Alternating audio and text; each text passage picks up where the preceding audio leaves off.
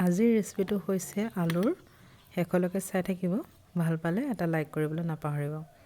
এয়া আলু দুটা বাকলি গুচাই ল'লোঁ। তাৰপিছত কুকাৰতে দি দিলোঁ। জোখমতে পানী দিছোঁ। অকণমান নিমখ দিছোঁ। তাৰপিছত এতিয়া কুকাৰৰ সাঁফৰখন বন্ধ কৰি দিওঁ। দুটামান উকি বাজিবলৈ দিম।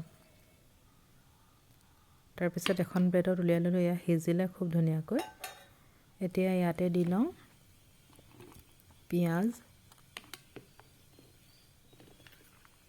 বন্ধাকবি অকণমান দিছোঁ। তাৰপিছত এয়া ৰুকি লোৱা গাজৰ অলপ দিছোঁ।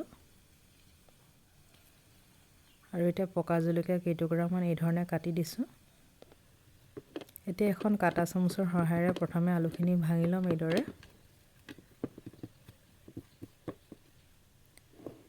এতিয়া ইয়াতে সোৱাদ অনুযায়ী নিমখ দি দিলোঁ। এতিয়া হাতেৰে খুব ধুনীয়াকৈ মিহলাই লওঁ। প্ৰিয় দৰ্শকসকল, ভাল পালে এটা লাইক কৰিব আৰু যিসকলে মোৰ চেনেলটি প্ৰথমবাৰ চাই আছে ছাবস্ক্ৰাইব কৰি ল'ব, তেতিয়া নতুন নতুন ভিডিঅ'সমূহ পাই থাকিব।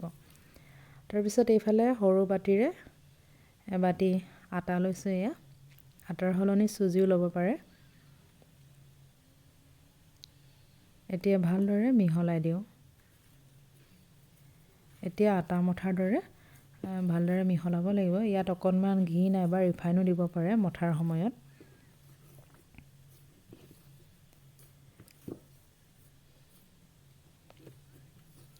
হৈ গ'ল এতিয়া এয়া। তাৰপিছত এইফালে মই এটা বাতিত এনেকৈ কণী এটা, এতিয়া চামুচখনে অকণমান গুলি দিলোঁ আৰু ইয়াতে অকণমান ৰিফাইন তেল দিলোঁ। ৰিফাইন তেল দি এয়া চাওক এই ধৰণে পিঠাৰ দৰে এনেকৈ বনাই লৈছোঁ। তাৰপিছতে এতিয়া এনেকৈ ইয়াত লেটিয়াই দিওঁ আৰু কেৰাহীত মিঠাতেল গৰম কৰি ৰাখিছোঁ। এতিয়া মই এটা এটাকৈ ইয়াত দি দিছোঁ। এনেকৈ বনালে খাবলৈ যে ইমান টেষ্টি হয়। কেতিয়াবা এনেকৈ টিফিনতো দিব পৰা হয়। আৰু ডাৱৰীয়া বতৰতো কিবা নহয় কিবা এটা খাওঁ খাওঁ লাগে, এই ধৰণে বনাই খাব পাৰিব। ছোৱালীজনীক টিফিনত এনেকৈ মাজে সময়ে বনাই দিওঁ, তাই খুবেই ভাল পায়। আৰু কেতিয়াবা ভাতৰ লগতো এই ধৰণে বনাই খাবলৈ দিওঁ। এতিয়া গেছৰ জুই একেবাৰে কম কৰি সিজিবলৈ দিছোঁ। আকৌ মই ইলুটি সিলুটি কৰি দিছোঁ। একেবাৰে ৰঙচুৱাকৈ এয়া সিজাই ল'লোঁ। চাওক, আপোনালোকে যদি এনেকৈ বনাই খোৱা নাই খাই চাব।